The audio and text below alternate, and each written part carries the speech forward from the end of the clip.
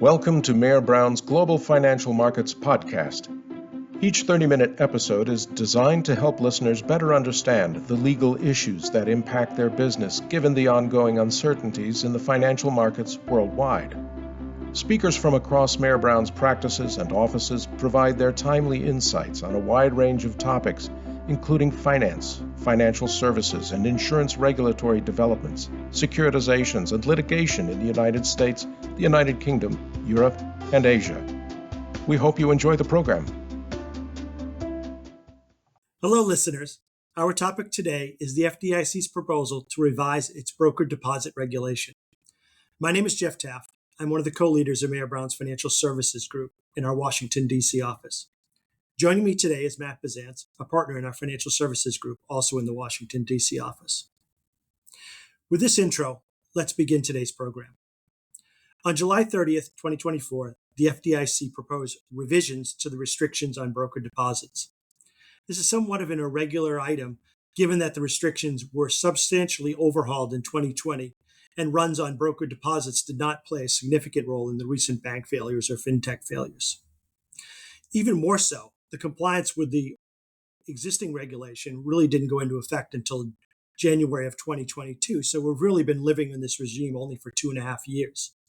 This is the kind of, regulatory flip-flop that probably drives, banks and other people crazy as they put systems in place. But with that, Matt, why don't you give us a little, background maybe on why this is coming up now and what the reason for this is?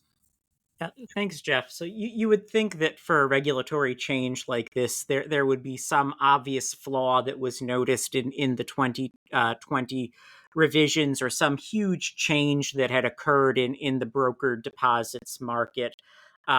You might even say, oh, well, what about the bank failures in 2023, or the fintech partner banks where the partners, the non-bank partners, have failed? Don't those things support broker deposits revisions? And if you dig deeply into those situations, you find out there really wasn't much involved with broker deposits there. That the proposal cites quite prominently the failure of a fintech company involved in cryptocurrency, and says, oh, it had placed a huge amount of broker deposits at a single bank, relying on this exemption under the 2020 rules. This could have been so terrible for the bank. And I went and found the bank that was in question, and its profitability has only increased since 2020. It's capital perfectly fine, no particular crises. So that example cited really doesn't support it. But again, to digress, it's that there was a change in the majority of the FDIC board. That in 2020, the now chair dissented, saying he didn't think the 2020 revisions were a good idea. And now he is the chair and has a majority. And so we are back putting in place what he would have done if he had a majority in 2020. And I hate to say it, but that's probably the best reason that anyone's going to find for this proposal. Interesting, I guess, in a typical Washington way, right? Well, it sounds like this is going to move forward, so maybe we should unpack some of the changes in the proposal. Under the rule, broker deposits are deposits that a bank obtains through the involvement of a deposit broker. And that makes the definition of deposit broker a key item in figuring out, who's covered. I must admit, 25 years ago it was pretty simple, because obviously all deposit brokers registered with the FDIC, and we knew who they were. Of course, those deposit brokers were also saying that they were approved or endorsed by the FDIC, so maybe that wasn't a perfect solution. But we've moved away from that now. And maybe, Matt, talk about how this proposal would change who is a deposit broker. Sure. So it makes some pretty deep in the weeds changing to deposit broker. That right now there's two prongs of being a deposit broker. That you can either be a deposit broker because you're engaged in the business of placing deposits at a bank, or because you're engaged in the business of facilitating the placement of deposits at a bank. And these two tests are being collapsed into literally a single clause, because the FDIC believes that some people didn't read the entire section of the rule and maybe missed the facilitating the placement of deposits clause. They're also removing the term matchmaking activities, which was a way a person could be a deposit broker if they engaged in certain matchmaking activities of helping customers and banks come together to place deposits. And instead, they're replacing that clause with what they call the deposit allocation provision. That if you are a person who allocates how a customer's money is being held at banks, and you engage in allocating the deposit to one bank or another, that makes you a deposit broker. So potentially only one-sided activity, whereas with matchmaking, there's kind of an implication that it's a two-sided activity. Finally, they're adding a new factor relating to the fees, that if it is a situation where the person has a relationship with a bank or a customer, and the bank or the customer pays the person a fee in exchange for services related to the placement of deposits, even if the person really has no control over the deposit themselves, that can bring it in. And the FDIC said, look, people wouldn't do these things gratuitously. If there's a fee being paid, that's the kind of thing we care about. So again, pretty far in the weeds, but important changes to the definition. Yeah, I mean, I guess when I look at it, in all fairness, I'm not sure that those changes are all that significant or they move the needle much on who's a deposit broker. I guess what I would focus on and what I think about when I look at the proposal are probably what are the exclusions from the definition, right? Mhm. For example, one of the significant changes in the 2020 revisions was narrowing the definition of deposit broker through these exclusions. For example, to include only situations in which a person acts with respect to more than one bank and has a business relationship with the depositor on whose behalf the deposit is being placed. This effectively allowed persons with exclusive relationships to operate outside the deposit broker regime. I mean, the proposal would reverse this change in its entirety, and obviously is going to have an impact on some of those programs that were relying on this exclusivity exception in the prior rule. You're right, Jeff. It will. And that's going to be a huge change, I think, for a number of people who carefully structured their relationships looking at the 2020 rule, saying, hey, if I have an exclusive relationship with one bank, then I'm not a deposit broker. And so I can rep that. And so that's going to be a really big change. And it comes down to an interesting point of semantics. You can say textualism, originalism, that the 2020 rule said, hey, if you look at the statute, it says places deposits at depository institutions, plural. And so the implication is if you place deposits at a single institution, that isn't within the statutory framework. And I think if reading it on the plain face of the statute, that has some appeal to it.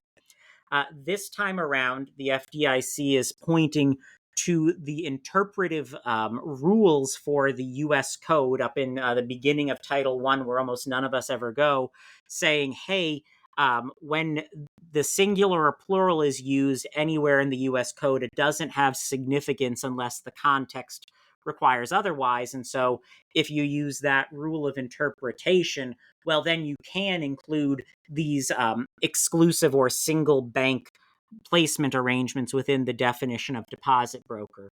I'll leave it to Andy Pincus and Nicole Sakarski to decide how to make that kind of interpretation. But it would eliminate, it would bring another number of fintechs who have these exclusive relationships into the scope. And putting aside the textual point, the FDIC is also concerned that really from a bank's perspective, how does it know that it is the exclusive recipient of deposits from a person? That it's really relying a lot on the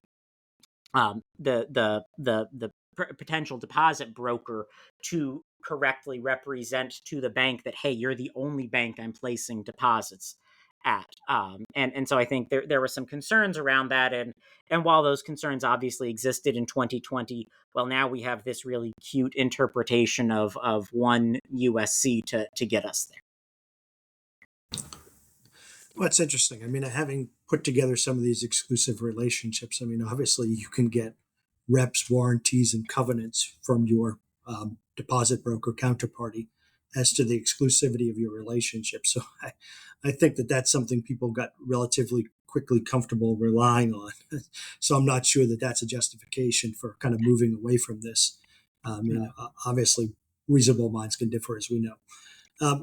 How about the process-oriented changes, and how banks and persons excluded from being deposit brokers can now rely on these exceptions? I think that was a big thing, just from a standpoint of paperwork and all sorts of other types of record keeping. How is that going to change under the proposal?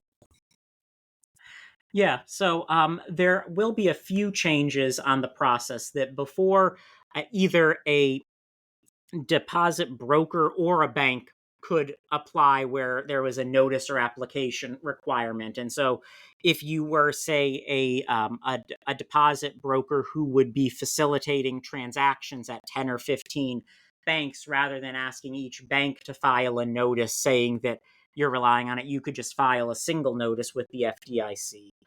That's going to be changed. So now only banks can file the notice, meaning that each of your 15 bank partners would need to file the notice. And the FDIC's concern here, again, I think, going to your point on sophistication, was that some deposit brokers may not have structured their programs to comply with the exception they were relying on. They may not have correctly told the bank which exception they were relying on. A lot of things of wow, these people who are hiring lawyers like Jeff Taft and law firms like Mayer Brown, they really aren't looking at this closely. So I agree with you that that kind of process point, I think is somewhat questionable.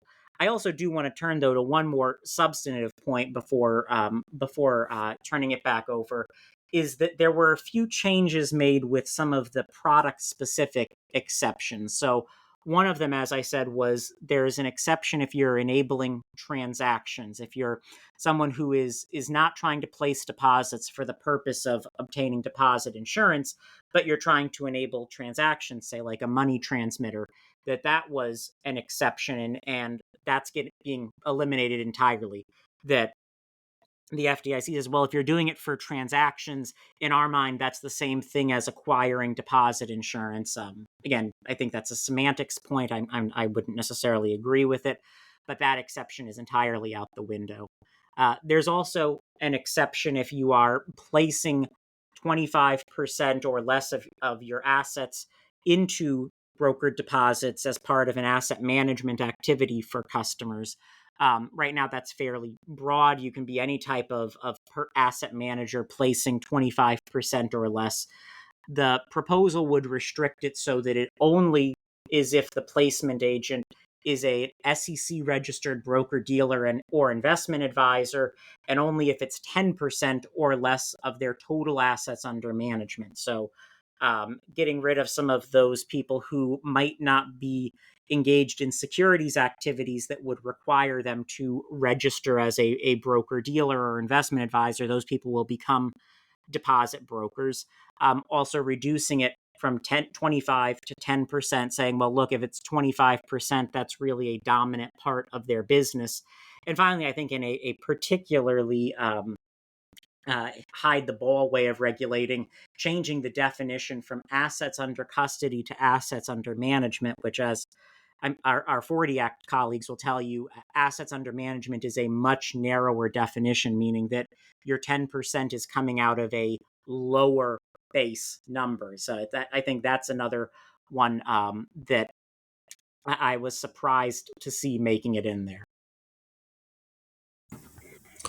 Yeah, and I think this goes to your original point, Matt, that really the justification for some of those types of changes, really, there's really not much to be found. I just don't think it's out there. And I think people can look hard underneath and look at the underlying rationale, but it just doesn't seem to be there. I mean, I have to admit, broker deposits have been around for a long time, almost my entire career. I mean, the concept, came out of the S&L crisis, basically, as a way to stop failing institutions from overpaying in the market for deposits, and took the name hot money, basically, because they were paying a higher rate, so they were drawing in deposits, which basically stopped them from immediately failing, or gave them at least some working assets with they could lend and do other things with. I mean, the landscape has changed dramatically. I think when you look at kind of the dissent here that Vice Chair Hill had. I mean, just talking about some of the things, I mean, the landscape has become much, much more complex. Obviously, the internet, online banking, all of these things, fintechs and the like in the last few years have really kind of distorted this issue a little bit. But I don't think that necessarily is justification for going back and constantly every 2 or 3 years, redefining what a broker deposit is or redefining how we're going to regulate broker deposits. It just doesn't seem like a real fair and sensible way of regulating. And I think it's from the institution standpoint, and obviously from the standpoint of those who may or may not be deposit brokers, it certainly throws a monkey wrench into compliance, and even the FDIC, who went through all the trouble of doing the proposal, coming up with lots and lots of FAQs around certain scenarios. A lot of that stuff goes out the window and we're back to square one. And, who knows, depending upon the outcome of the election, we may be back where we started from 4 years ago before we know it. So that's kind of my, pontificating about this, but I think that's going to be the view of a lot of people out there. Yeah, and I'm drawn back to one of those Supreme Court quotes that just will live forever of Congress doesn't hide elephants in molehills. That this idea that a regulation that could be used to govern fintech activities with customers and this regulation that could be used to manage banks' own liquidity activities, that somehow all of that is derived from this statute from the 1980s that was getting at the really specific issue of banks in small banks in the heartland of the country issuing certificates of deposit through brokers in the coastal cities to try to gain interest. That to me just isn't a good fit. Also, while I'm at it, I'll steal some language from the Center for Capital Markets Competitiveness that they did an analysis of when should regulations be changed and looked at what the courts have said around it. And one of the things the courts have said is that federal agencies are obliged to demonstrate that their rules respond to real world problems and assess the significance of each problem. And a rule is highly capricious if the problem doesn't exist. And I think, as we've said on this call a fair bit, we really don't see a problem that has developed since 2020 that would justify this kind of sea change. And particularly since this would largely adopt things that we know would have been put in place if this majority was here in 2020, that isn't a great way to make rules. That isn't a good basis for making rules of, well, we've just switched the majority over. I think you might see some banks challenge this in court if it's finalized on that kind of basis, that while there is notice and comment, it's going to be a legitimate vote of the principals. There will certainly be full documentation of the comments. There's a pretty good argument on the arbitrary and capricious part, particularly given that this is a switch from the agency's recently adopted position, and also particularly since we're now living in a post-Chevron world where the courts will look more closely at the rule and they won't just say, is this a reasonable interpretation of the statute? They will look more skeptically of, is this the right interpretation of it? And so some of these things of, oh, well, assets under management is reasonable, assets under custody is not reasonable. I'm not sure a court would say that's as black and white as the proposal puts it out. Thanks, Matt. And thank you to our audience for listening today. Listeners, if you have any questions about today's podcast or anything else related to the global financial markets, please email us at gfm@mayorbrown.com. Thanks for listening. We hope you enjoyed this program. You can subscribe on all major podcasting platforms. To learn about other Mayor Brown audio programming, visit mayorbrown.com/podcasts. Thanks for listening.